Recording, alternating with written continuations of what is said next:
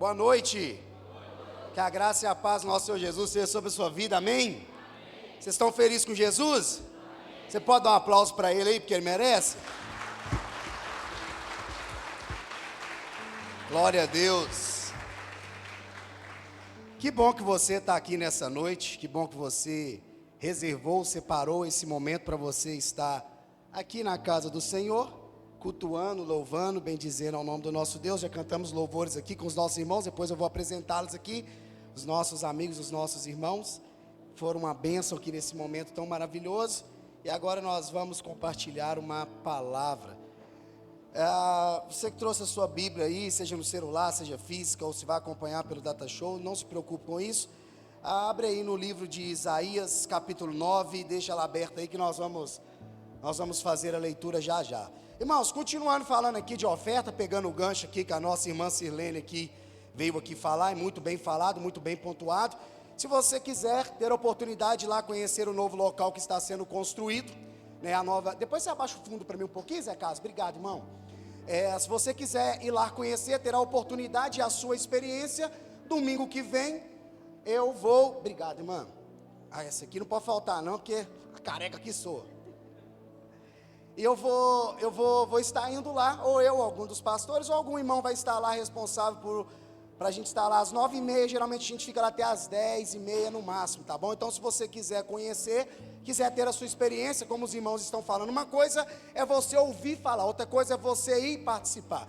Uma coisa é eu estar comendo um chocolate e falar assim, não, está muito bom o chocolate. Outra coisa é se eu vou lá e falo, Andy, come aqui o chocolate. Aí de fato, ele vai ter a convicção e a certeza que o chocolate estava bom ou ruim. Então você quer mesmo saber e ver o que está sendo feito lá, o que está sendo construído, venha participar, venha lá para você estar visitando, que vai ser uma honra, vai ser um prazer você colocar os seus pés ali. E como a irmã Silene falou, aquele lugar ali, irmãos, sem a gente ali dentro não passa de um galpão grandão e mais nada, mas a gente lá dentro existe um propósito, existe algo da parte de Deus liberado sobre a nossa vida, então é isso que importa, independentemente se o lugar é pequeno ou se é grande, o que nós temos que ter no nosso coração é que há um propósito de Cristo sobre aquele lugar, e o propósito é anunciar as boas novas e apresentar Jesus Cristo a todo aquele que ainda não conheceu, amém? Essa é a nossa missão, esse é o nosso propósito. E falando também de oferta, não tem como não falar hoje, né? Do maior ato de oferta que existiu e nunca vai ter um que vai cobrir, é hoje falar aqui da ceia do Senhor. Irmãos, aqui há um ato de oferta de alguém que se entregou de uma forma genuína, de uma forma completa, não pelas metades, não por meios, mas sim por completo, para que eu e você hoje pudéssemos estar aqui louvando, bendizendo e tendo direito, acesso à salvação que outrora seria impossível para mim e para você. Então, como não falar, irmãos, desse maior ato de oferta, que ele foi ali, se entregou, foi moído, foi transpassado, foi humilhado, passou por um processo mais horrendo e terrível que existia naquela época, que era a morte e a morte de cruz. Então, para você que às vezes está vindo aqui hoje pela primeira vez, você às vezes nesse culto, ou alguns irmãos que já veio, algumas pessoas que participam, às vezes entende-se que esse dia é um dia de você chegar aqui e tomar porretada no lombo. Às vezes acha que é um dia, hoje eu vou faltar porque hoje é a ceia do Senhor, porque eu estou em pecado. Então eu quero tranquilizar você dentro de um seguinte, se você porventura está aqui dentro hoje, eu quero dar uma notícia para você, todos nós aqui pecamos, todos nós aqui carecemos e dependemos da graça e da misericórdia de Deus sobre a minha vida e sobre a sua vida.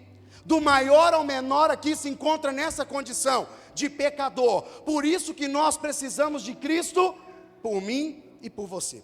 E se porventura alguém aqui dentro aqui hoje que vai dizer assim, pastor, eu estou muito tranquilo, hoje eu fiquei tão zen, fiquei tão em paz, que eu não pequei, você deveria ter ficado calado, porque aquele que fala que não pecou, já cometeu o pecado.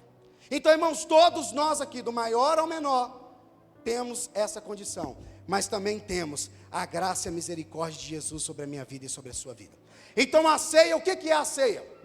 A ceia, ela é um memorial. Por que eu estou falando isso? Que às vezes é a primeira vez que você está vindo aqui, você não tem o hábito de frequentar uma igreja, e às vezes você vai chegar e falar, o que esse povo está arrumando aí? O que é isso aí, desse suco nesse copo, e esse pedaço de pão que esse povo aí está comendo?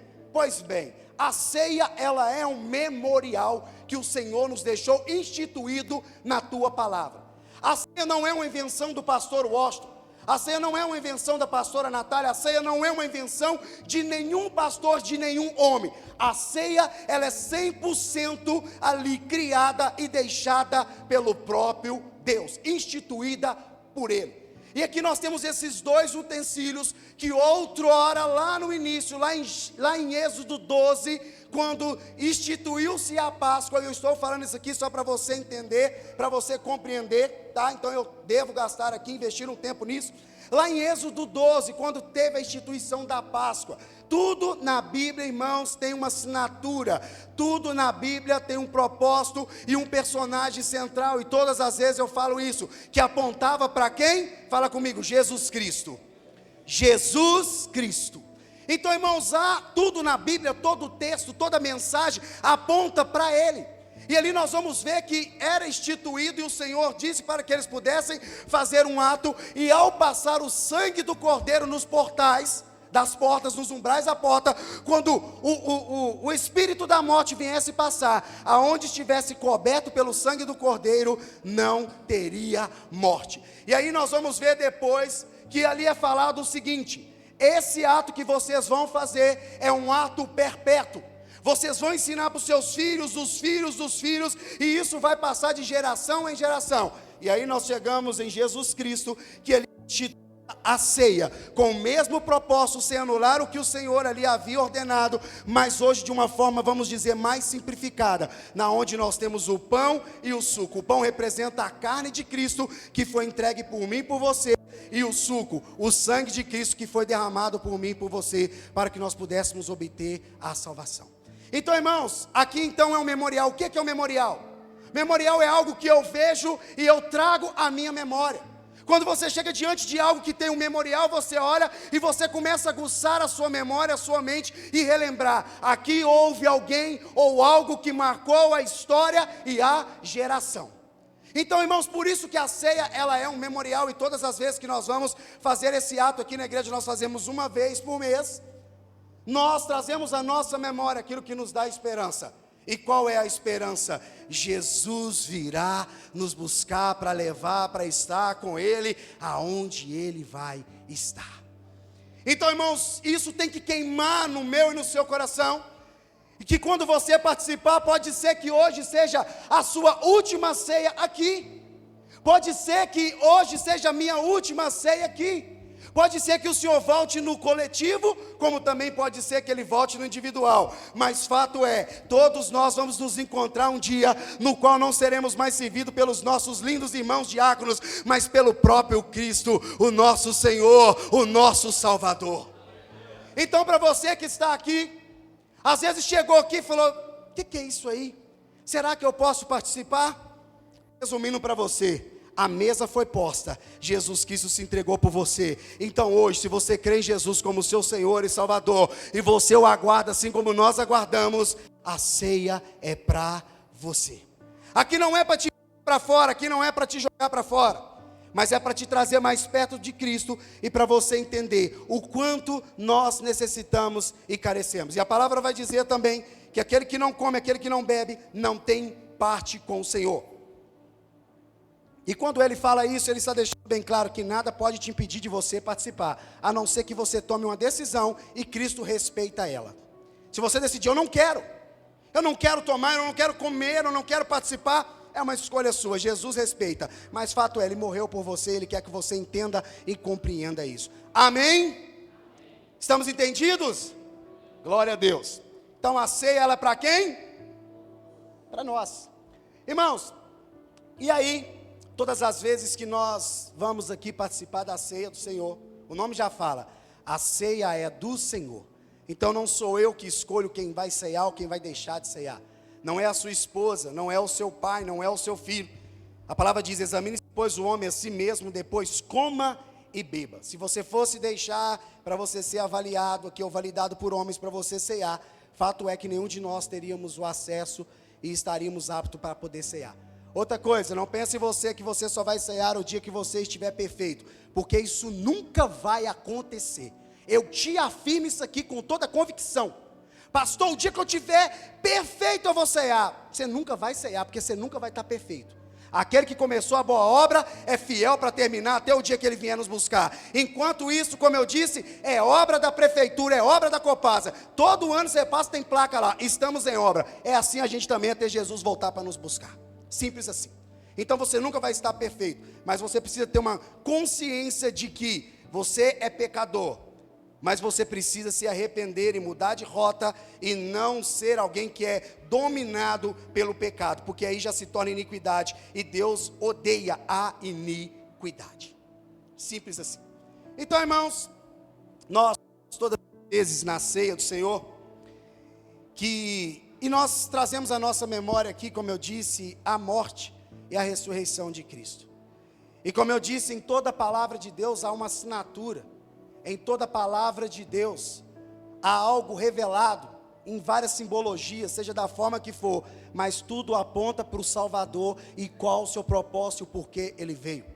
Preguei isso aqui alguns dias para trás, no qual eu falava do início, quando o pecado entrou no mundo por causa de um homem, por causa da desobediência de um homem, o pecado entrou no mundo. Mas também por causa da fidelidade, o amor de um homem, a salvação também entrou na minha vida e na sua vida, que é Jesus Cristo. Adão pecou, Adão errou, e ele desencadeou uma série de coisas terríveis, e nós vimos na palavra, destruição, pessoas sendo mortas, pessoas sendo acabadas, destruídas por causa do pecado, até que veio esse plano perfeito e infalível de Deus Pai para a minha vida e para a sua vida, que foi a salvação conquistada por Cristo, porque se não fosse isso, nós estava todo mundo enrolado. Então, irmãos, nós sempre falamos dessa parte, mas hoje eu quero compartilhar algo com vocês, que Deus colocou no meu coração, já tem uns dias. Som. Eu quero hoje aqui compartilhar com vocês, por isso que eu pedi para você abrir a sua Bíblia, eu quero falar aqui do nascimento de Jesus Cristo. E por que falar do nascimento? Irmãos, nós estamos chegando aí numa época que ela é propícia para a gente poder falar sobre essas coisas. Irmãos, quando nós vamos falar do nascimento de Jesus, então logo às vezes algumas coisas vêm na nossa mente, e às vezes pessoas que não têm o costume de frequentar uma igreja, ou não têm, o hábito de ler a Bíblia, às vezes vem de tradição de pai para filho, de filho para pai, assim por diante vai. Todas as vezes vai chegar na época do Natal, nós vemos isso em muitas casas, em muitas pessoas. Inclusive aí você já começou a enfeitar sua casa aí de Natal, irmão? Quem já começou aí? Deixa eu te falar, fazer isso não é pecado não, tá? Pecado é você dar glória para o Papai Noel, mas enfeitar sua casa não é pecado não, viu, irmão? Tem gente que fala aí que quem enfeita a casa tá endemoniado. Deixa feio lá, tudo regaçado lá então, né? Isso sim, diabo, é miséria, Deus me perdoe. Faz lá, pendura as bolinhas, faz igual o Magno lá, pendura o Papai Noel betinense lá, na grade lá, sei lá. Vai fazer, irmão. Isso não é pecado não, desde que você tenha uma consciência do que você está fazendo. Por quê? Muitos nessa data, e às vezes até crente eu já vi falando, parabéns para Jesus. Quem te falou que Jesus nasceu no dia 25 de dezembro? Aonde que prova e contesta isso aqui, ó? No Calipso 66, na palavra que Jesus nasceu no dia 25. Irmãos, eles falam, e como diz o outro, nós não podemos perder a oportunidade, tá? De aproveitar esse momento que as pessoas estão com os olhos e com o coração voltado para isso, e aproveitar a oportunidade de falar do real sentido do nascimento de Jesus, que não é para enfeitar a casa, para colocar lá, e tem muitas casas que fazem isso, como é que chama? Presságio, é esse aí, uns bonitinhos, uns pequenos, uns grandes, lá com a cena do nascimento de Jesus, as ovelhinhas, a manjedoura, as pessoas em volta, muito lindo, bacana, mas às vezes elas arremetem isso somente como aquilo, terminou, arranca os enfeites, joga para dentro lá do quartinho, ano que vem, põe mais ou compra mais, e assim por diante. Não, tudo existe uma mensagem profunda. A manjedoura, o nascimento de Jesus não foi apenas um ato para a gente comemorar e lembrar no Natal, não, o nascimento de Cristo, ele veio, sabe por quê? Para que eu e você também pudéssemos ter a vida, porque todos nós estávamos mortos em nossos delitos e pecados. Então, irmãos, a manjedoura, o nascimento de Jesus, não é elemento específico e único para comemorar Natal. E como eu disse, tem pessoas que atrelam a isso e só entendem que é para comemorar, para montar lá o presépio. Agora eu não esqueço mais. Para montar o presépio lá, como eu disse, não é pecado você enfeitar a sua casa, colocar o pisca-pisca, colocar um negócio lá, não tem problema não, irmão. Esquenta a cabeça que isso não. E se alguém tiver de falar que é errado, ele manda na casa dele, ele não manda na sua casa. Tem coisa que é assim que funciona. Não sendo sem educação, tá? E aí, irmãos, vamos lá. Então, o nascimento de Jesus, ele tem uma profunda revelação, que aponta e mostra, de fato, qual é o propósito de Cristo Jesus. E no dia que eu preguei, eu falei, reconstruindo de fato quem é Jesus, e por que eu tive o cuidado, o zelo, de trazer cada palavra, cada ponto que o Espírito Santo me revelou, porque existem muitas pessoas que estão seguindo um Cristo, que não é o verdadeiro Cristo, que não é o verdadeiro Jesus. Como é possível? Sim, é possível. Tem pessoas que estão seguindo um Cristo, que não é esse Cristo no qual nós estamos falando, no qual nós estamos reverenciando. Então, irmãos, eu quero falar com vocês aqui hoje, se vocês assim me permitirem, sobre o nascimento do nosso Salvador. E para você entender que não é apenas um enfeite de Natal. E como eu disse, nós temos que aproveitar as oportunidades. Então nós aproveitamos a oportunidade de falar. E eu tenho certeza que você vai ter uma outra mentalidade quando você estiver lá festejando, você estiver lá comemorando, embora Jesus não tenha nascido nessa data. E até mesmo porque se tivesse, irmão, você ia ver que bagunça que ia ser esse negócio aí. Infelizmente, muitos de nós ia tornar o que Deus abomina, idolatria. Ia virar uma idolatria. Então, irmãos, Deus, ele tem um cuidado em tudo que ele faz. E tudo que o Senhor fez, desde o nascimento até a morte de cruz, tudo alinhado com o propósito, nada saiu do controle de Deus, nada fugiu do que era para acontecer, mesmo que aos nossos olhos foi algo terrível, mas Deus poderia ter poupado isso? Não poderia, era para acontecer, porque tinha que ser daquela forma. Deus não erra naquilo que Ele faz, você precisa entender isso, e eu também. Ele é soberano, simples assim. Então, irmãos, Ele tem a sua vontade soberana e a sua vontade permissível. Então, se aconteceu, foi porque Ele permitiu. Em Gênesis 9, capítulo 6, coloque aí para mim, por favor, vamos ler. Misericórdia, é só para ver se vocês estão atentos. Vocês estão atentos, hein? Muito bom, o povo que gosta de Bíblia. Pastor querendo sair. É um mineiro, né, meu irmão? Isaías o que, irmão? Obrigado aí para vocês ensinar o pastor aí, hein?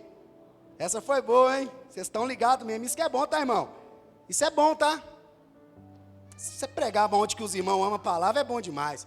Olha só, aqui Isaías, e eu costumo falar que Isaías é uma Bíblia dentro da Bíblia, tá? Tem 66 capítulos, e Isaías narra tanto do nascimento quanto a morte de Cristo, tá? Aqui ele está falando assim, ó, porque um menino nos nasceu, um filho se nos deu, e o principado estará sobre os seus ombros, e se chamará o seu nome, maravilhoso, conselheiro, Deus forte, Pai da eternidade, príncipe da paz. Esse é Jesus. Paz. Do aumento deste principado e da paz não haverá fim, sobre o trono de Davi no seu reino, para o firmar e o fortificar com juízo e com justiça, desde agora e para sempre. O zelo do Senhor dos exércitos fará isso. Então, irmãos, esse texto que nós acabamos de ler aqui, que está em Isaías, ele está fazendo aqui a menção, e já está nos falando o profeta Isaías sobre o nascimento daquele que viria, daquele que teria que vir para morrer por mim e por você, mas antes de morrer e ressuscitar, ele precisava de nascer. E aqui ele fala sobre o seu nascimento, e ali ele fala que ele vai carregar algumas características ali imputadas a ele.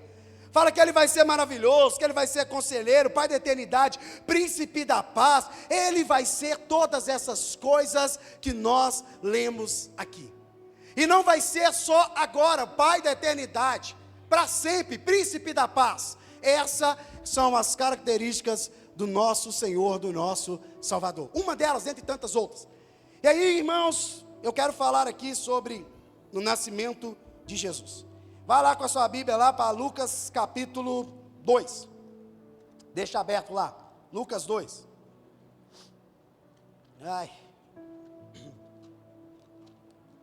Para trazer mais água para mim, que essa aqui já entrou na reserva. Lucas capítulo 2. Deixa aí aberto aí, Lucas. Aí está depois aí de Marcos. Quem achou, diga amém. Espera que eu vou achar. Irmão, olha só, aqui vai estar falando sobre o nascimento de Jesus. Irmãos, provavelmente às vezes eu não vou ler muitos textos aqui, mas todas as vezes que eu falo, está contido aqui na palavra e você pode conferir, tá? E você deve conferir. Eu falo isso aqui todas as vezes. Para com esse negócio de que o pastor fala um negócio aqui, amém, amém. Confere.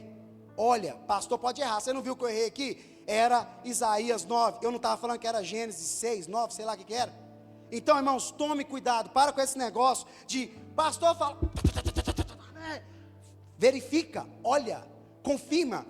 Lucas 2 vai falar do nascimento. Vai lá e olha. Mesmo que você não lê tudo aqui agora. O nascimento de Jesus, realmente, é isso mesmo, está certo. Irmãos, faça isso, por favor, seja aqui ou seja onde você estiver. Nunca tem esse negócio de, não, falou, virou lei. Não, peraí. Porque às vezes, irmão, às vezes não. O que tem de gente falando asneira aí, e heresia aí, a roda aí, eu vou te falar com você, tá? É para acabar, irmão. É para acabar, então tome cuidado. E aqui no Lucas 2 vai falar do nascimento de Jesus.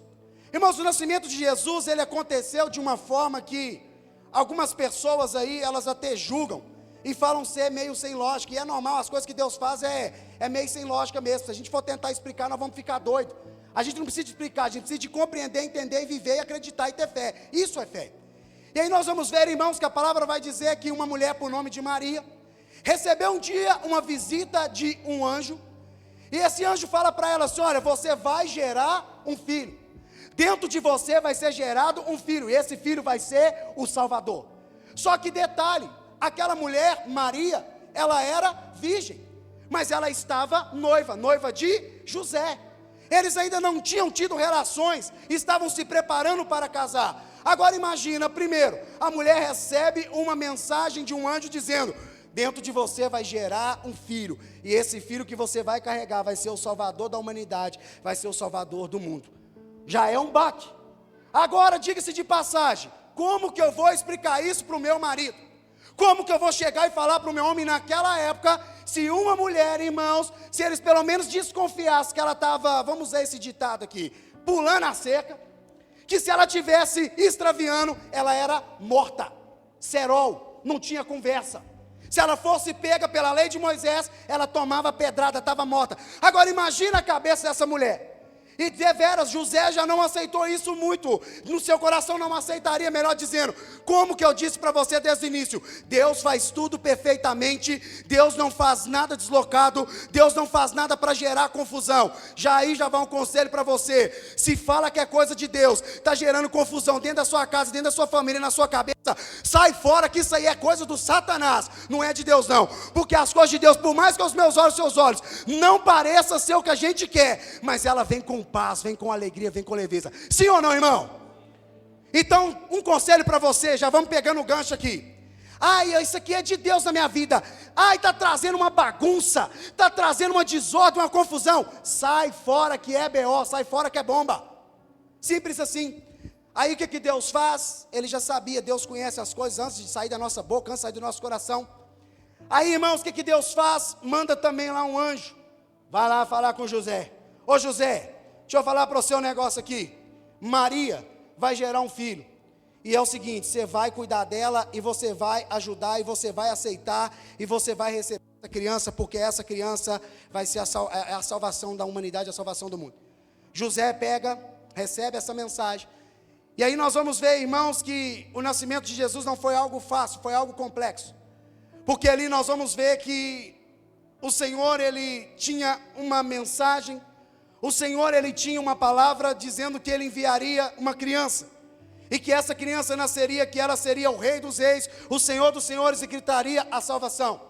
Só que, irmãos, tudo isso gera conflito no inimigo, tudo isso gera um alvoroço no mundo espiritual, foi o que aconteceu.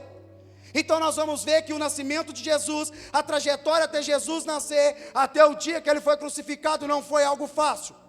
Foi algo que, se de fato ele não fosse alguém que tivesse vindo diretamente do Pai, um ser humano em si não teria suportado, a começar pela forma como que ele foi gerado. É algo, humanamente falando, impossível. Mas o que é impossível para o Deus do impossível, irmãos? Nada. E aqui nós vamos ver que ali eles recebem aquela mensagem. Só que em determinado momento, essa mensagem ela corre. E naquela época havia um homem por nome de Herodes o Grande. Ele era terrível, esse camarada, ele era horrendo nas suas ações, ele não tinha, vamos dizer, coração. O coração dele era mais gelado que um iceberg, o homem era mau. E naquela época era normal de você ver os reis dessa forma. Eles não tinham piedade, eles mandavam matar, mandavam estipar, seja o que fosse, eles não tinham isso com eles. E aí nós vamos ver que a palavra vai dizer que 3 homens, 3 magos, chegam até o palácio daquele homem, caminhando ali, vindo de viagem, falando: olha, nós estamos aqui, passamos por aqui, porque vai nascer um rei, vai nascer um Senhor, vai nascer um Salvador, e nós estamos à procura dele, estamos aguardando o sinal. Esse é os 3 magos aí também que nós queremos enfeitar, eles costumam colocar ele aí, até venera. É isso que eu falei, que você tem que tomar cuidado, irmãos, com algumas coisas.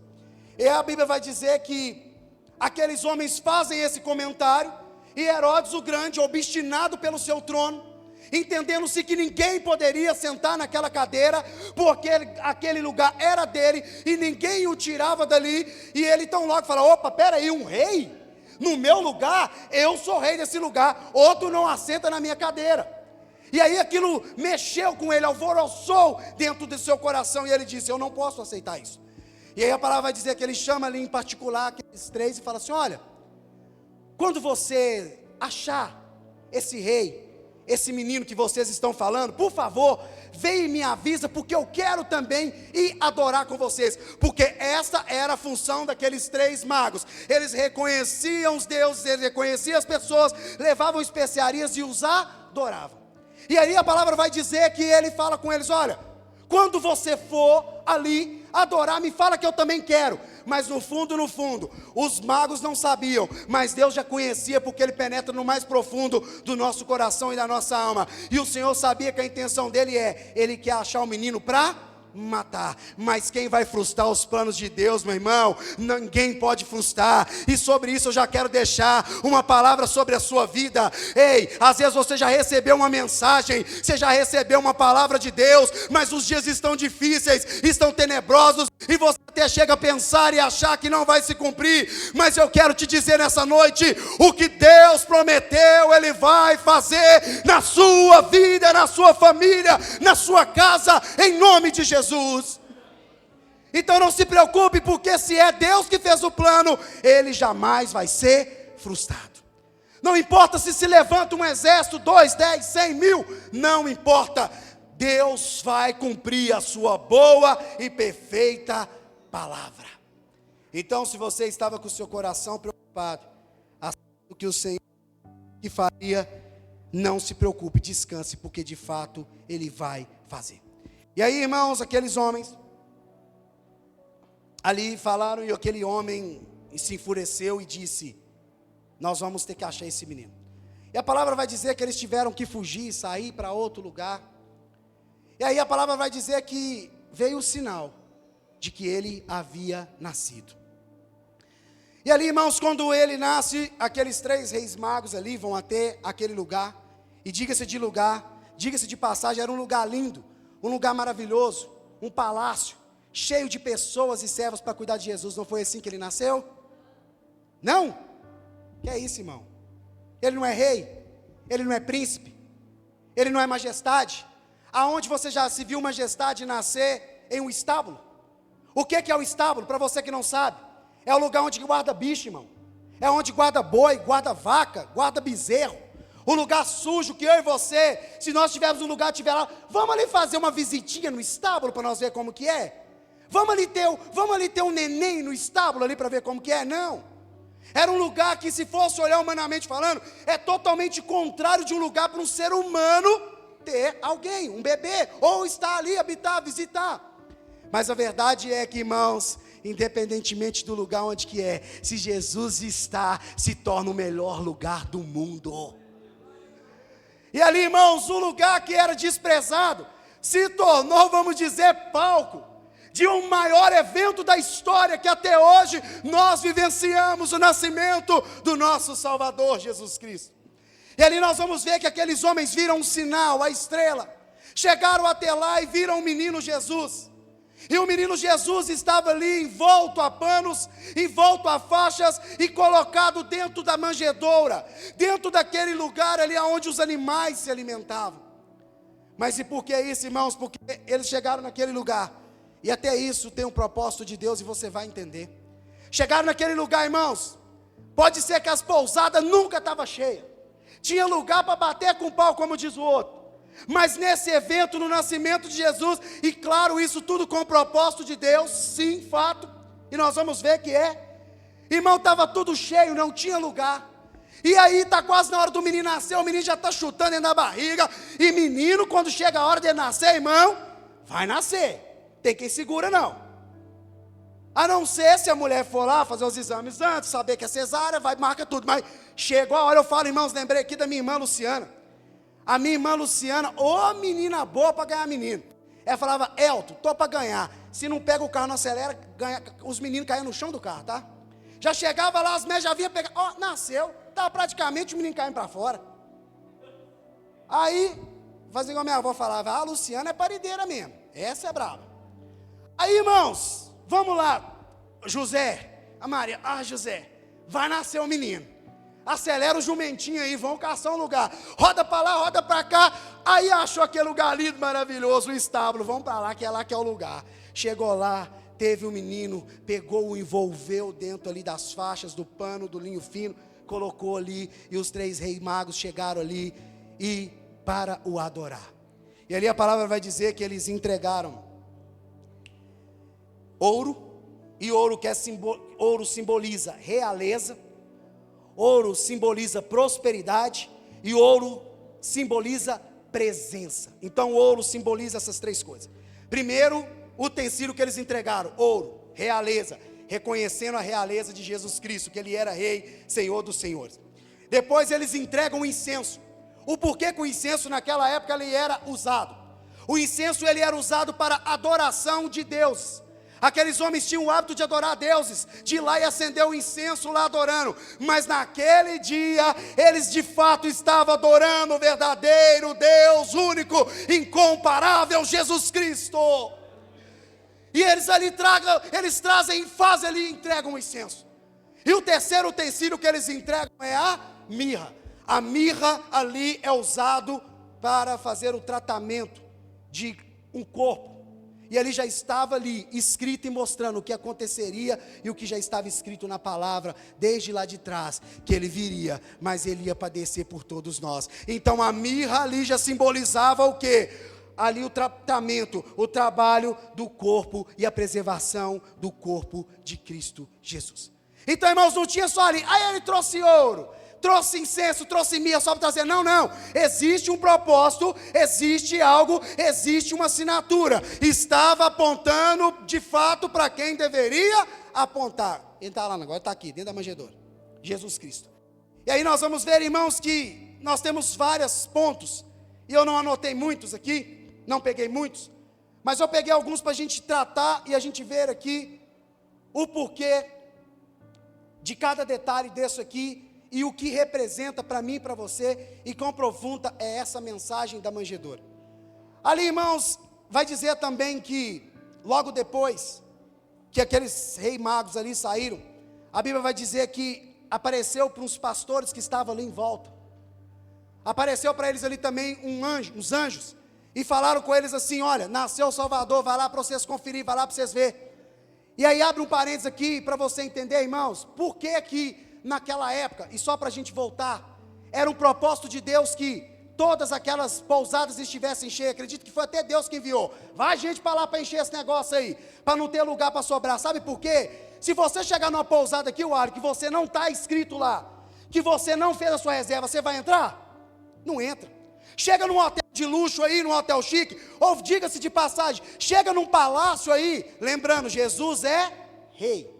E se ele tivesse nascido na roupagem que os judeus estão esperando até hoje, você acha que os pastorzinhos que era desprezado, porque pastor naquela época, irmão, cuidador de ovelha, era desprezado, ele não tinha credibilidade nenhuma. Você acha que se ele tivesse lá, dentro da pousada, ou dentro de um palácio, teria acesso livre para ele chegar e ver o Salvador? Sim ou não?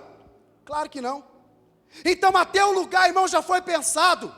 Esse lugar já foi pensado por causa da acessibilidade das pessoas e por causa do propósito, por qual Jesus veio. Jesus é rei sim, mas ele decidiu se despir de toda a sua honra, de toda a sua glória, e veio simples e humilde para deixar uma lição para mim e para você, que tem hora que achamos que somos melhor do que os outros, e não perdemos a viagem de humilhar o nosso irmão. E Jesus veio ali e mostrou acessível, a acessibilidade. E os primeiros que foram lá foram os 3 magos. E depois chegou os pastores, que eles não deixariam entrar em lugar nenhum, não deixariam participar daquele evento. Mas Jesus já estava mostrando a sua assinatura e dizendo: eu vim para todos, eu vim para que todos possam me conhecer e saber quem eu sou. Essa é a mensagem que Jesus ali estava passando dentro daquela manjedoura. E a palavra vai dizer, irmãos, e lá em Filipenses, coloca para mim Filipenses 2. Abre sua Bíblia aí. Filipenses 2, 5, 7. Vamos ver se de fato isso que eu estou falando aqui, que Jesus veio com essa acessibilidade, e que Jesus, ele não era miserável, tá, irmão? Já vi gente pregando. Para que você quer ser rico se Jesus era miserável? Aonde que está escrito que Jesus era miserável, meu Deus do céu? Não estou falando que você tem que se viver a sua vida por causa de dinheiro, não, porque o amor ao dinheiro é a raiz de todos os males, mas todo mundo aqui precisa de dinheiro. Você quer comprar uma casa, você precisa de dinheiro, meu irmão. Você quer ter uma vida melhor para sua casa, para sua família, você precisa de dinheiro. Uma coisa é você achar que Deus é obrigado a te dar dinheiro. Aí não, você quer dinheiro, trabalha, corra atrás, luta, poupa, organiza-se, simples assim. Mas fato é, Jesus não era miserável. E se você ouvir isso aí, irmão, é mentira. Ele se fez, ele se despiu. Olha lá. Se eu não falei errado, não, falei. De sorte que haja em vós. Lembra que eu falei que aqui ficou uma assinatura? Ficou algo gravado para mim, para você, para a gente também nesses dias. Aqui ó. De sorte que haja em vós o mesmo sentimento que houve também em Cristo Jesus. Passa. Que sendo em forma de Deus, não teve por usurpação a ser igual a Deus, mas fez a si mesmo de nenhuma reputação, tomada a forma de servo, fazendo-se semelhante aos homens. O que Jesus fez? Jesus sempre esteve com Deus Pai, amém? Isso aqui ficou muito claro para todo mundo, que eu preguei isso aqui uns dias desses para trás, irmão. Porque tinha pessoas que achavam que Jesus começou só nessa época aqui, não. Jesus já estava desde o princípio, desde o início, irmão. Então, irmãos, aqui nós vamos ver que ele falou, olha, ele decidiu, ele aceitou se tornar o maior servo de todos, e se fez semelhante aos homens. Ele não quis vir num palácio, ele não quis vir no meio da realeza, ele quis vir aonde eu e você poderíamos acessar, como hoje nós acessamos, o que seria impossível. Então, irmãos, está aí o texto aí que deixa bem claro essa acessibilidade de Cristo. E aí nós vamos ver que os pastores foram lá, homens desprezados, homens que nenhum de nós, na maioria das vezes, não daríamos crédito, dizer, esse camarada aí, e quantas vezes, às vezes, nós fazemos isso de julgar pela aparência, de olhar e falar, esse aí? É esse? Será que é isso mesmo? Infelizmente isso está na nossa natureza, por isso que nós precisamos e carecemos do Espírito Santo em nós, porque se não é Ele, a gente não dá coisa boa não, irmão. E aí nós vamos ver que aqueles pastores ali ficaram maravilhados com Jesus Cristo.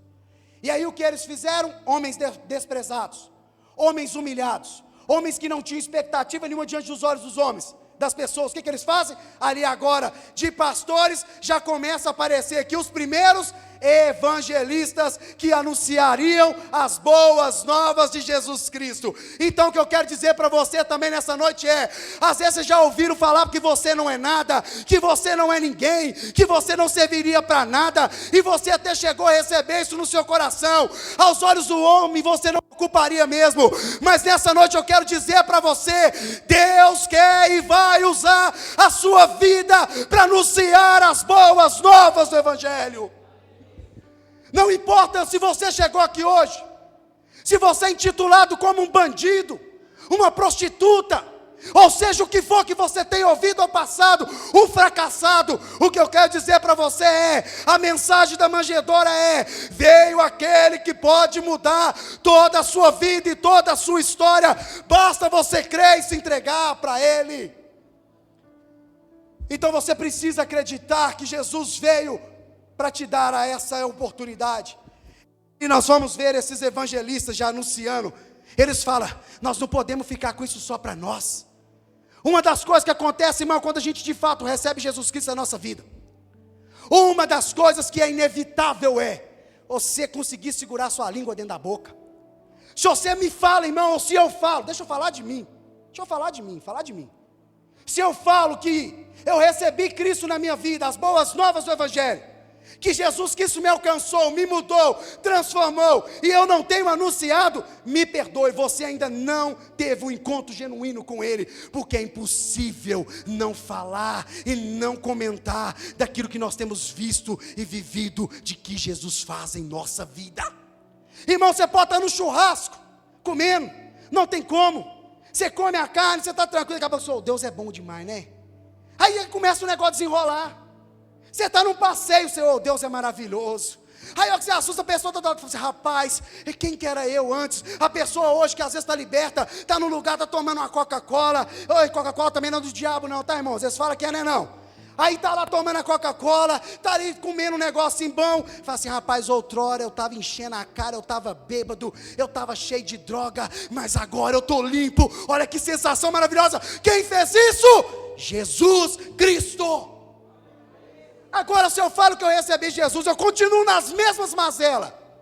Do mesmo jeito, algo de errado não está certo. Simples assim. Então, irmãos, nós vamos ver aqui que Jesus nasceu ali, nós vimos que ele se despiu, ele não era miserável, ele se fez de uma forma acessível para todos virem, até o lugar que ele nasceu, era por causa disso. E o acesso para todos, irmãos. E lá em Lucas 2, 8, 9, que vai falar desses pastores que estavam lá, depois você pode ler, olha lá na sua Bíblia lá, Lucas 2, 8, 9 vai estar lá. Então, irmãos, ali a acessibilidade de Cristo. Sabe por quê, irmãos? Por que os judeus até hoje, eles esperam Jesus vir? Porque Jesus veio do jeito que eles queriam, irmão. Eles esperavam que Jesus ia vir, aquele Jesus, como eu disse, numa comitiva, que ia se ter um palácio gigante, coisa estrondosa, que as pessoas iam olhar e falar, uau, o que é isso? Não veio do jeito que eles queriam. Por isso que lá em Isaías 53 ele fala assim, ei, ele não tinha parecer e formosura, porque ninguém interessava nada por ele. Resumindo, Jesus era feio. Que isso, pastor? Está falando lá. Ele não tinha parecer, não tinha nada que olhava e falava assim, nossa, que coisa linda. E eu até falei isso aqui um dia, desenhos de Jesus, bonitão, fortão, uns cabelão, uns olhos bonitos. Irmão, deixa eu falar com o seu negócio. Aqui a Bíblia vai dizer, não tinha parecer, não tinha formosura, mas o que ele faz, não tem como a gente não olhar e falar, meu Deus, que coisa maravilhosa. E isso aí também não é por acaso não, irmão. Era para não desviar o foco. Tudo tinha um propósito. Então, irmãos, nós vamos ver ali que Jesus, ele veio dessa forma. E por isso que não acreditavam nele. Por isso que não davam crédito naquilo que ele falava. Por isso que para eles era balela e falar, esse aí é o Cristo? Esse aí não é o camaradinha lá de Nazaré? Esse aí não é o filho de José, de Maria, daquele carpinteiro? E por acaso pode vir alguma coisa boa desse lugar? Não davam crédito, não acreditavam. Mas Isaías diz, ei, vocês podem até não acreditar, vocês podem até não dar crédito, mas verdadeiramente esse aí levou sobre si todos os seus pecados, todas as suas mazelas, todas as suas enfermidades, cravou lá na cruz do Calvário. É esse aí que vocês desprezam. Aí, irmãos, eles ficam invocados. Os judeus também achavam que naquela época ia vir um revolucionário. Viria aquele que uniriam-se com eles, formariam uma frente e combateria contra Roma, que na época oprimia, na época humilhava, na época botava o terror naquelas pessoas. Então eles estavam esperando, vai vir um guerrilheiro aí. Vai vir um camarada, nós vamos aqui juntar, nós vamos montar uma comitiva e nós vamos agora tomar esse império de Roma e nós vamos comandar esse negócio. Aí vê Jesus do jeito que ele é e eles falaram assim, agora pronto, lascou. Aí vê Jesus contrariando toda a estatística, contrariando tudo aquilo que os homens queriam e aquilo que os homens pensavam. Jesus veio desconstruindo, Jesus veio quebrando, moendo, acabando com o sistema e com aquilo que as pessoas achavam e pensavam sobre ele. Nasceu no estábulo, cheio de bicho, lugar avacaiado. não morava num palácio. Ele falava assim, o Filho do Homem não tem nem aonde reclinar a sua cabeça. E já pregaram aí falando aí, que Jesus tinha até casa na praia. Jesus tem casa na praia, então você tem que ter casa na praia. Não tem nada contra você ter casa na praia, se tiver me chama que eu vou. Não tem problema. Mas falaram isso, e ele falou, olha, o Filho do Homem veio, a minha vontade, a minha comida, a minha bebida é fazer a vontade do meu Pai. Eu vim aqui para me cumprir o que eu fui designado para cumprir, ponto, acabou. E o que ele foi designado para cumprir, salvar e buscar todo aquele que está perdido. Aí, irmãos, eles pensavam isso, vai vir um revolucionário, vai vir aí um guerrilheiro, vai vir alguém que nós vamos ganhar Roma, mas não veio da forma que eles queriam.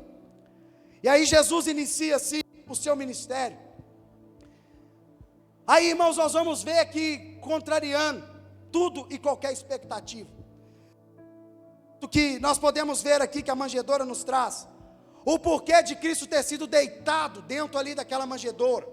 A manjedoura ali, o coxo, mais propriamente dizendo, o coxo ele é para colocar comida para os bichos, o estábulo é o lugar, o coxo é onde que coloca o alimento para os bichos se alimentarem. Jesus, quando ele é colocado ali envolto, tá, de faixas, Jesus, muitos dizem que ele nasceu dentro da manjedoura. Não, Jesus não nasceu dentro da manjedoura, ele nasceu e foi colocado. E diga-se de passagem, da forma que Jesus foi colocado, tem uma simbologia ali. Se você for estudar, se for olhar lá atrás, fala que quando o cordeiro nascia, eles falavam assim, ó, esse aqui nós vamos separar para ser sacrificado. O cordeiro tinha que ser puro, perfeito, sem mácula, tinha que ser fininho. Se tivesse uma manchinha já não servia, sabe para lá. Ele tinha que ser perfeito. E aí fala que quando ele nascia, para preservar ele, para ele não ser picado de bicho, para ele não se machucar, para ele não se perder para aquele propósito que ele tinha, que era ser imaculado, limpo, perfeito, vamos dizer assim. Eles pegavam e envolviam ele todo com faixas, para preservar. Chegou no dia do sacrifício, tira as faixas, faz o sacrifício, faz o que tem que fazer e pronto. Jesus, ele foi envolto, todo em faixa. E o que fazia com o cordeiro quando sacrificava? Comia. Ele era alimento. Jesus, quando nasceu, a sua mãe e seu pai tiveram cuidado de pegá-lo e envolvê-lo todo com faixas e colocaram ele ali na manjedoura. Abra sua Bíblia no livro de João, capítulo 6, versículo 35, e nós vamos ver o que está simbolizando quando Jesus ele é envolvido ali naquelas faixas, naquele pano, naquele linho, e é colocado ali na manjedoura.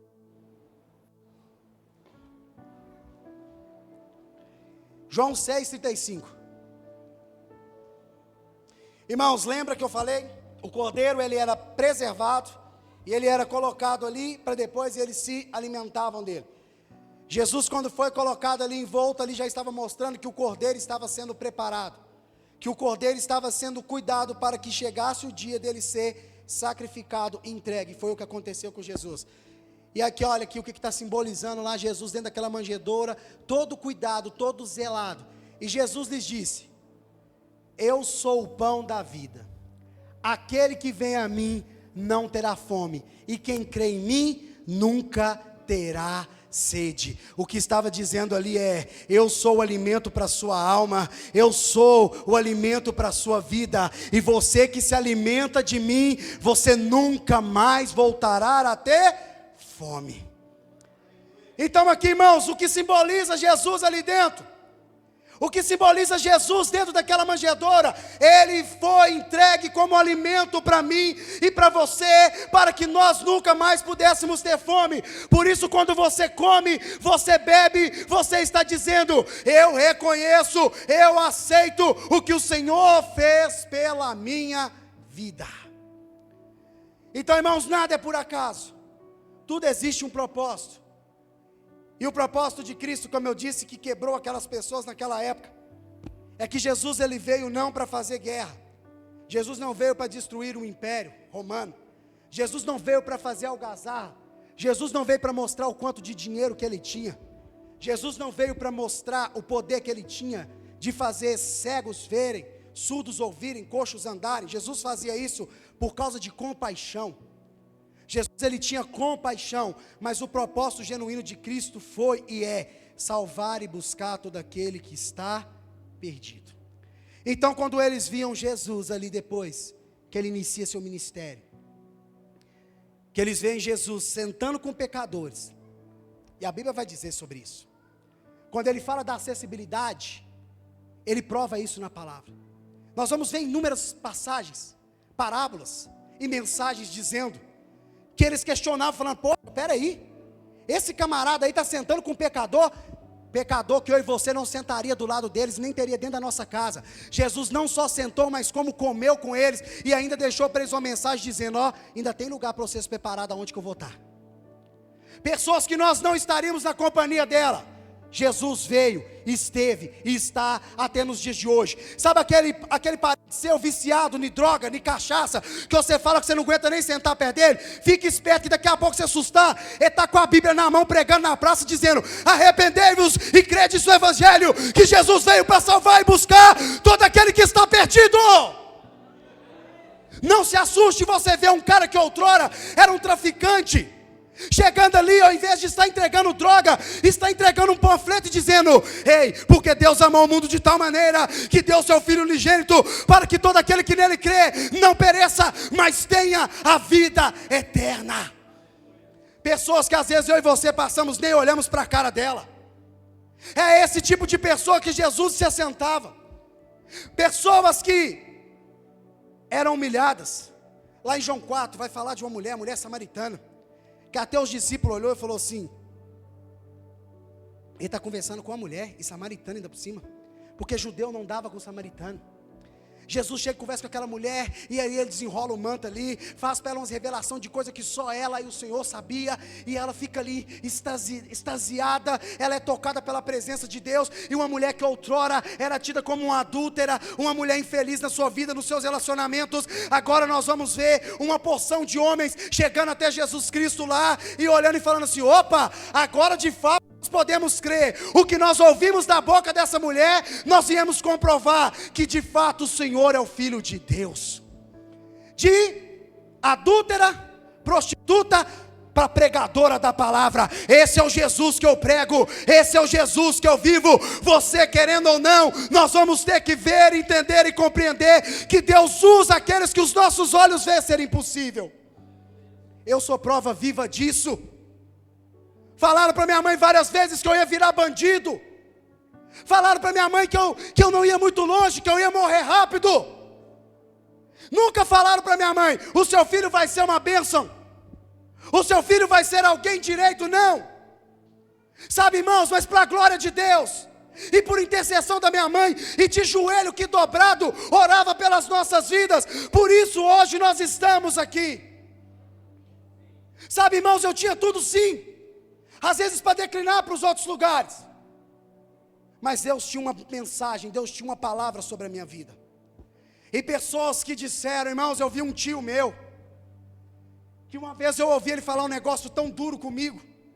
Nunca falei isso com ninguém, nem com minha mãe, nem com meu pai, com ninguém. Eu era criança. Já ia falar que eu sou pequeno até hoje, né? Eu era criança. Ele me falou palavras tão duras. Aquilo veio como um soco na minha cara. Veio como uma pedrada na minha cara, palavras que aquele homem disse para mim. E disse de passagem, eu tenho uma admiração muito grande por ele. E aí ele me falou que passou-se um tempo, muito tempo. Um dia eu passando na porta da casa dele para pegar um negócio para minha mãe, não lembro o que era. Eu cheguei, parei o carro que eu dirijo.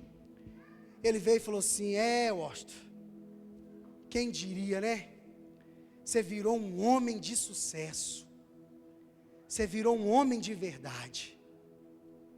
E na hora, irmãos, o Espírito Santo me levou lá naquela época.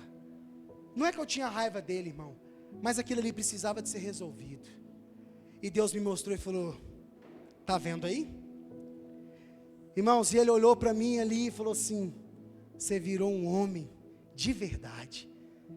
Aí ele olhou no carro, a Heleninha estava lá, a Carol, ele falou assim, nossa, que isso, você tem uma família, né? Uma espoletinha aí. Eu falei: tem. E essa aí é a espoleta mesmo. Então, irmãos, olha como que Deus faz as coisas. Então, eu não sei o que te falaram, não sei o que falaram a respeito da sua vida, mas o que eu quero te falar aqui hoje é que Jesus, ele veio por você e para você. E aí, irmãos, nós vamos ver que Jesus nos mostra isso, aquela mulher que outrora era mal falada. Tem um outro episódio também de uma mulher que ia ser apedrejada. Já estavam pegando ela e chegaram e falaram assim: Jesus, vem cá. E a palavra vai dizer que Jesus estava ali, ajoelhado, reclinado, escrevendo na areia. E aí, chegam para ele e trazem uma mulher em adultério. E falam assim: Jesus, na lei de Moisés, porque fala que tem que obedecer às leis. E o único que cumpriu todas elas foi só Jesus, tá? Não tem judeu nenhum, não tem homem nenhum que cumpriu as leis. As 613, muito menos os 10 mandamentos. E não tem ninguém aqui que consegue cumprir os 10 mandamentos. Ninguém. É impossível. Por isso que a gente precisa de Deus, irmão. É impossível você cumprir os 10 mandamentos. E aí, nós vamos ver que o Senhor levanta, aquela mulher está lá, e de fato, a lei de Moisés falava isso mesmo. Aí o Senhor olha para aquele povo, está lá em João 8, tá?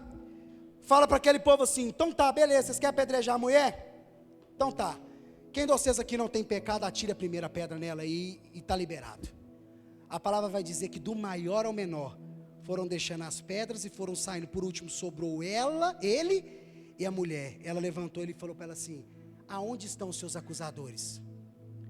Aonde estão os que queriam te apedrejar? Vá e não peques mais, para que não te aconteça coisa pior. O único ali que tinha direito de apedrejar aquela mulher era quem? O único que tem o poder de te condenar e te salvar é quem? João 3,17. Jesus veio não para condenar, e sim para salvar. Então o que a manjedoura traz para mim e para você? Acessibilidade, humildade, que Ele é o pão da vida, que Ele é o meu Salvador. E aí nós vamos ver que Jesus veio, se assentou com pecadores, se assentou com pessoas do pior tipo, e Ele mostrou em toda a sua trajetória, enquanto Ele esteve aqui como homem, mostrou o porquê Ele tinha vindo, mas muitos não viram, porque estavam cegos. Mas Jesus leva isso em consideração. Ele leva o tempo de ignorância, irmão, quando nós fazíamos as coisas erradas e não sabia que estava fazendo, ou que achávamos que estava fazendo certo. Por isso Jesus não vem aqui para apontar o dedo na sua cara e te falar: pecador, miserável. A gente é mesmo, a gente reconhece. Mas Ele vem para te falar: vai, não peques mais, para que não te aconteça coisa pior, porque o salário do pecado é a morte. Então Ele vem para que nós podemos ter vida, e vida em abundância. E aí nós vamos ver, irmãos, que Jesus, Ele ali passa por um processo terrível, que é o processo da crucificação. Jesus ali, Ele se entrega, sim. Aí eles falaram, e foram lá e pegaram os irmãos. Não, Jesus que permitiu que eles pegassem. Ele fala lá em João 10, Ele fala assim: eu que entrego a minha vida, é eu que dou, é eu que permito. Se Ele quisesse que eles não colocassem as mãos nele, eles não colocariam. Se Ele quisesse, como Ele fez várias vezes, nós vamos ver que não era chegada a hora. Jesus estava ali onde um monte de gente queria pegar Ele, simplesmente Ele sumia, vazava. É porque não é minha hora. Mas o dia que chegou o momento, João 10, 16, 18, coloca aí para nós, que Jesus fala assim: olha, eu escolhi me entregar por você, Arlan, Ingrid, Sheilene, Wendley, Vívia, Magno, Tainá, Wally, Gisele, Marcelo, todos. Eu escolhi, eu obedeci. Eu poderia muito bem falar assim: não, mas sabe por quê? Porque Ele via esse dia aqui hoje, agora, cada um de nós aqui sentado ouvindo essa mensagem. Para você rejeitado, para você humilhado, para você que está sem expectativa nenhuma de vida, essa mensagem é para você. Ainda tenho outras ovelhas que não são deste aprisco. Está falando de nós, tá, irmão? Porque Jesus veio para os seus, mas os seus o rejeitaram. Também me convém agregar estas, e elas ouvirão a minha voz, e haverá um rebanho e um pastor. Passa. Por isso, o Pai me ama, porque dou eu dou. O que é dou? Ele doa, ele entrega, não foi obrigado. Ele poderia muito bem falar, não vou. Mas ele, o que ele decidiu? Ele decidiu doar a vida dele para tornar a tomá-la. Então, irmãos, não foram ali, pegaram Jesus, tadinho. Não, é porque ele quis que pegasse ele. E também lá em João 18, irmãos, um ato interessante, eu estava conversando com a Carol mais cedo, e eu falava, Carol, você já viu que lá na palavra, quando Jesus está lá no jardim, que eles vão lá para pegar ele, né, que está chegando a hora dele se entregar, para ele ser crucificado, a palavra vai dizer que Jesus, ele está ali, e ele estava com os seus discípulos, e o traíra estava lá no meio, o Judas estava lá, irmão. E ali fala que eles chegaram, os soldados, eles não sabiam quem era Jesus, porque aquelas pessoas eram muito parecidas, eles não sabiam quem era, eles ouviam falar de Jesus, dos seus grandes feitos, mas a sua fisionomia eles não conheciam, não sabiam quem era. Por que eu estou falando isso? Que a palavra vai dizer que eles chegaram ali, coloca lá para mim, João 18, versículo, acho que é 4 ou 5, vamos ver, coloca aí João 18, aí que nós vamos achar aí. Aí, irmãos, o que acontece? Jesus já sabia que eles iam buscar ele estava esperando, irmão. Ninguém pega Jesus de surpresa não, tem hora que a gente ainda acha que a gente pega Jesus de surpresa, hoje eu vou surpreender Jesus, quem somos nós? Jamais, antes da palavra sair da nossa boca, ele já sabe tudo que vai acontecer, irmãos, daqui não sei quantos anos mais para frente nós vamos viver aí, Jesus sabe de tudo, de todas as coisas, ele tem a presciência, sabendo pois que de Jesus, todas as coisas que sobre ele haviam de vir, olha o que ele fez, eu já sei que o negócio vai acontecer mesmo, eu já sei para que eu estou aqui, e qual que é o meu propósito, então, eu vou facilitar um pouco, eu ainda vou para frente, aí para já me pegar logo de uma vez, é isso aqui, tá? Estou simplificando, adiantou-se e disse-lhe, a quem buscais? Então, nem chegou os guardas perto dele, ele se precipitou até os guardas, falou, quem vocês estão procurando? Passa, volta, já tinha passado, tá rápido aí, hein? Que é isso, tá demais, hein? Responderam-lhe a Jesus o Nazareno, disse-lhe Jesus, sou eu, e Judas que o traía, estava com eles. Olha o que aconteceu quando Jesus falou assim, vocês estão procurando, quem vocês estão procurando? Eles falaram quem que era, Jesus falou assim, eu sou, em algumas traduções vai estar assim, eu sou, ou se não, eu estou aqui. Olha o que aconteceu, irmãos, naquela hora ali, passa, quando pois lhe disse, sou eu, ou eu sou, recuaram e caíram por terra, em algumas traduções vão dizer que estremeceram e caíram, irmãos, na hora que os guardas ouviu, que ele disse, eu sou, olha o poder de Jesus, olha o poder de Cristo, fala com o seu irmão do lado, olha o poder de Jesus, se você estiver dormindo ele vai acordar aí agora, não é possível, irmão, misericórdia, está com a barriga cheia, irmão, olha para você ver, e eu sempre falo isso aqui, eu gosto de explicar, eu faço isso aqui por amor, tá, irmão, sabe por quê? O diabo não vai roubar semente que vai germinar no seu coração aqui não, irmão, não vai, mas não vai mesmo, irmão, olha só para você ver, eles caíram, buf, no chão, olha o que Jesus estava mostrando ali, resumindo, vocês estão me pegando porque eu estou deixando, porque se ele quisesse, ele falava assim, pai, ou se não ele fazia, vou destruir todo mundo aqui, não ficava um, e a Bíblia vai dizer que, passa mais um pouquinho aí, imagina a cena, irmão, os caras chegam, os soldados, vão pegar ele, com as correntes, com tudo, vão dar um pau nele, vão levar ele para nós moer, porque os caras eram ruins, irmão, os caras eram ruins, os caras eram maus, aí chega lá, estou procurando quem? Jesus, eu sou, os caras, o que é isso aí? O camarada é sensei, me derrubou, sem nem encostar a mão em mim, olha para você ver, irmãos, Jesus mostrando para eles, que de fato ele tinha todo o poder no céu, e na terra e debaixo da terra, tornou-lhes pois a perguntar, quem buscais? E eles disseram, a Jesus o Nazareno, passa, Jesus respondeu, já vos disse que sou eu, se pois me buscais a mim, deixa ir estes, resumindo, esses aqui não tem nada a ver com a história, vocês vieram foi me buscar, sou eu, estou aqui, me leva, por que a dúvida? Porque eram muito parecidos, e aqui aquela parte que fala que Pedro lá, o protetor, né, o camarada que eu vou com o senhor até a morte, Jesus, Eu vou com o senhor até o final. Não durou muito tempo não, mas Jesus já tinha falado isso com ele. Falou: Pedro, eu entendi, Pedro. Você está falando que você vai comigo até o final. Eu te conheço. Irmão, da mesma forma é nós. Jesus, se o Senhor cumprir essa bênção na minha vida, eu vou na célula, eu vou no culto, eu vou domingo de manhã, de tarde, de noite, eu vou evangelizar.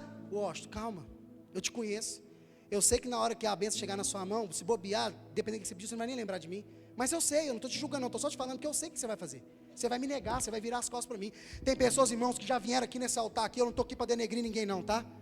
Chorar aqui pedindo um emprego, Deus deu um emprego, pergunta se o camarada voltou aqui mais alguma vez. Você vai falar com ele e ainda fala assim: eu tenho que trabalhar para pagar minhas contas.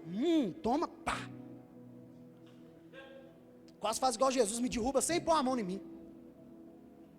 Irmão, você está sumido demais. O que está acontecendo que você não vem para os cultos? Deixa eu te falar, se eu não fazer minhas coisas lá, Deus não vai lá fazer para mim não. Você é doido? Amém, perdão, não está aqui mais quem falou. Mas aqui, a casa está aberta para o céu, que você voltar, nós estamos aqui para te receber. E aí, irmãos, deixa esses ir. Esses aqui não tem nada a ver. Aí Pedro, o valentão, arranca a espada e cepa a orelha de Malco.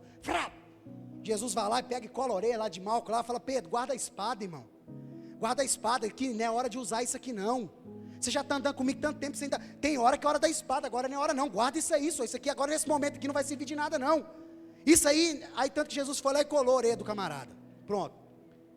E tem uma história sobre esse cara, quem ele era, porque se ele tivesse a orelha cortada, ele não ia poder assumir nunca o lugar que ele almejava assumir, tá? Porque ele não podia ter deficiência nenhuma, ele não podia ter BO nenhum nele, tá? Jesus já foi ali e mostrou. Você acha que aquilo ali não mexeu no coração daquele cara, não? Oh, meu Deus do céu. Irmãos, ali não pode falar diretamente, mas depois lá para frente nós vamos ver. Você acha que aquele soldado, na hora que eles tomou o chabacai lá, sem nem encostar a mão nele, você acha que eles não refletiram? Não, eu falei: esse camarada tem poder mesmo, esse cara tem. Aí, irmãos, a Bíblia vai dizer que Jesus, ele foi pego, e ali nós vamos ver que ele foi chicoteado, ele foi cuspido, ele foi humilhado. Leva Jesus para lá, leva Jesus para cá, e aí leva Jesus lá diante de Pilatos, e Pilatos olha, manda para outro fala: eu não vou ficar com essa bomba na minha mão não, manda para lá, e vai para cá. Aí chegou num ponto que ele falou assim: já sei o que eu vou fazer.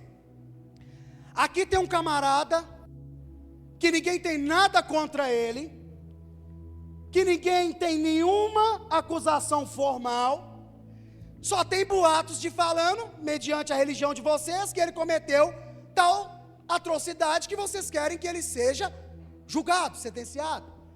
Mas é de costume nosso, toda a época do ano, essa época X, a gente fazer um negócio, a gente libera um preso. Vamos fazer o seguinte, olha que escolha difícil, hein? Tem aqui por nome de Barrabás. O camarada é rebelde, o camarada é bagunceiro, e o camarada é homicida, assassino, 121. Cara, bandido, vamos dizer assim. E tem esse aqui, que não tem nada contra ele. Quem que vocês querem? Eles falou: liberta Barrabás e crucifica Jesus. Aí você vai olhar e falar: pastor, mas é injustiça demais. Lembra que Jesus veio para buscar e salvar todo aquele que está perdido? Jesus veio para Barrabás também, meu irmão.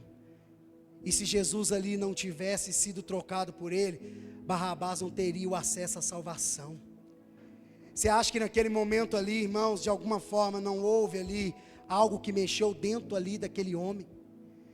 Porque foi falado: este é inocente, este não tem culpa nenhuma sobre ele. Mas este aqui sim, é o que Jesus fez por mim e por você.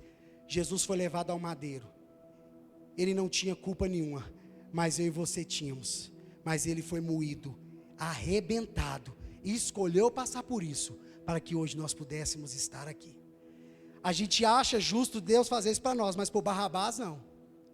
A gente acha Deus fazer isso justo para nós, mas para o outro lá não. Irmãos, a condição de salvar e condenar não é da minha conta.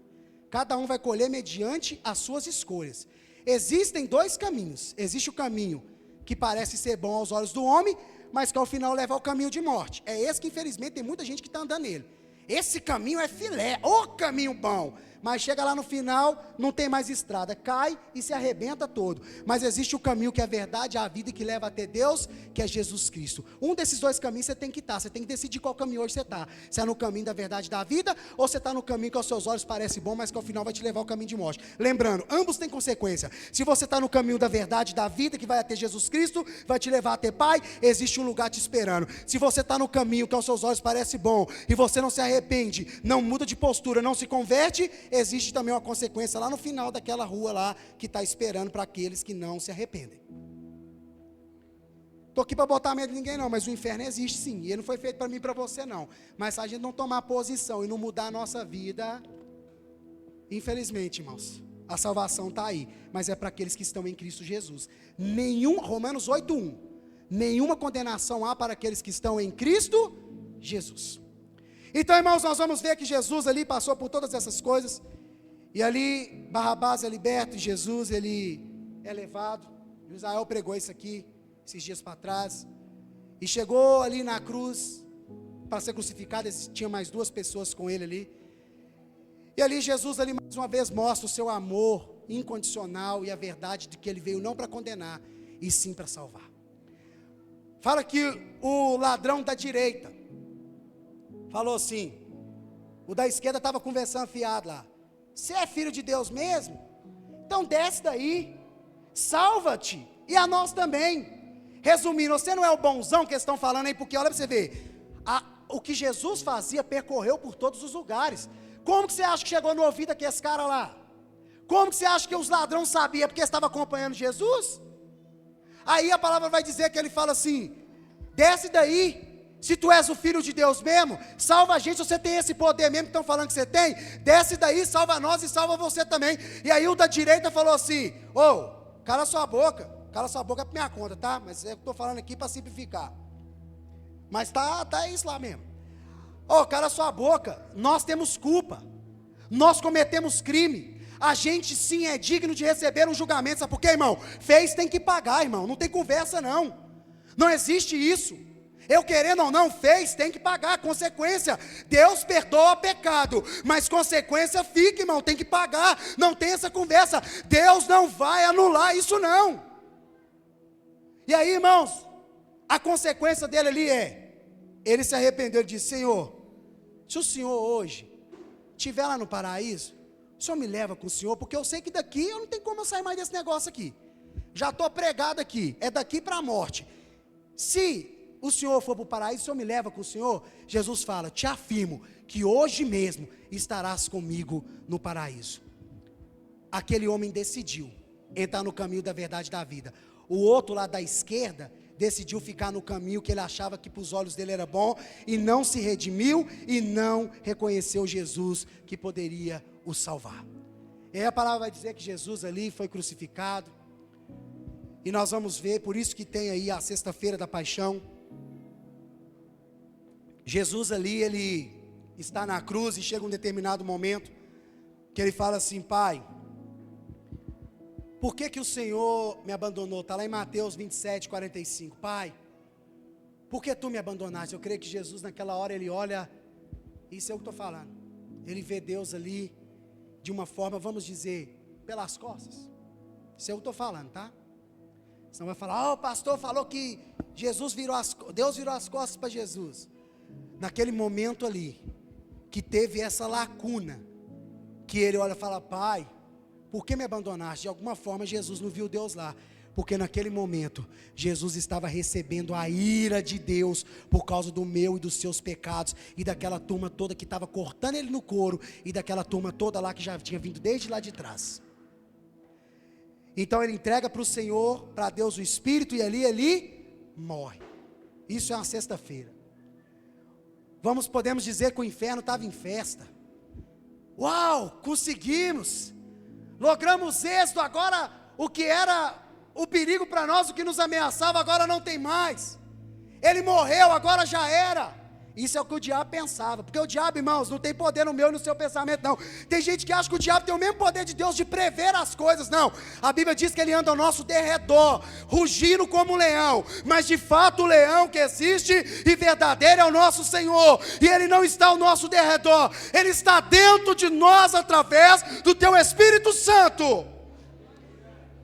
E aí, irmãos, nós vamos ver que ali, irmãos, por isso você tem que tomar cuidado, o que você faz, o que você fala. Não dê brecha para o diabo, não dê ocasião. Resista ao diabo, sujeite-se a Deus, ele vai fugir de você. Tome cuidado, porque o diabo não brinca de ser diabo. E aí, irmãos, podemos dizer que está tudo muito bom, conseguimos o plano, está tudo muito certo, e veio um luto terrível sobre aquele lugar, e as pessoas ali olhando, e na hora que furaram ali o lado de Jesus, aqueles homens começaram a olhar, o tempo mudou, as coisas mudou, eles olharam e falaram: verdadeiramente esse é o Filho de Deus, este homem aí não era qualquer um. Começaram a refletir no que tinham feito. Mas mesmo se eles não quisessem fazer, irmão, era para acontecer, eles querendo ou não, porque já estava determinado. E aí nós vamos ver que Jesus ali é pego, é colocado dentro do sepulcro.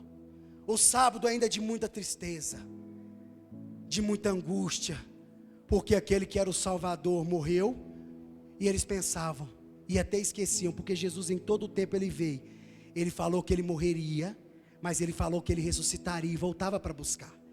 Mas na hora da situação a gente esquece, irmão.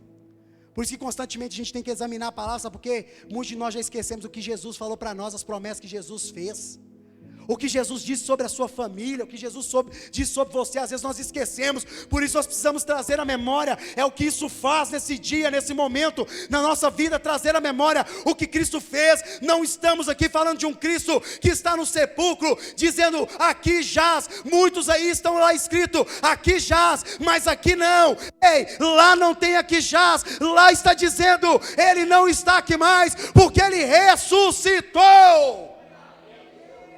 E aí nós vamos ver, irmãos, que no domingo pela manhã, as mulheres vão até o sepulcro para olhar o corpo de Jesus, para cuidar, tristes, angustiadas, mas tinham um amor, um zelo por Jesus, e queriam ir lá. Ao chegarem naquele lugar, se deparam com anjos naquele lugar, e o anjo olha para eles e fala assim: ei, o que vocês estão fazendo aqui? O que vocês estão procurando? Aquele que não está morto, mas que vivo está para sempre.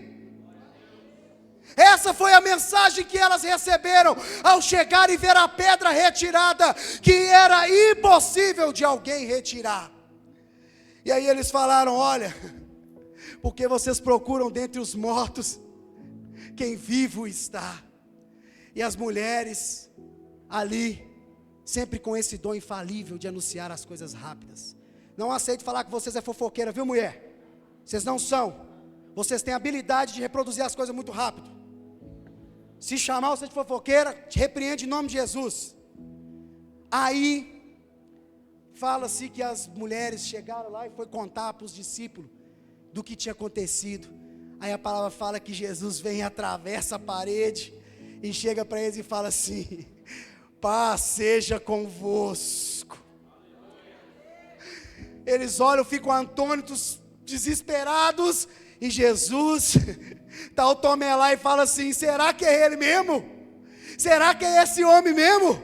Que nós vimos ser moído lá, tiraram ele lá morto, furado, transpassado. Se fosse homem mesmo, eu quero ver. Cadê a prova? Cadê a prova? Mostra aqui o carimbo. Vem aqui, Tomé, toca nas minhas mãos aqui para você ver as feridas. Sabe o que é aquilo ali, irmão? Ah, irmãos, está lá em Colossenses 2,14, irmão. Jesus riscou a cédula que era contra nós, o que era para a morte, através dos cravos em suas mãos, nos deu a vida e a vida eterna. Aleluia! Foi isso que Jesus estava dizendo.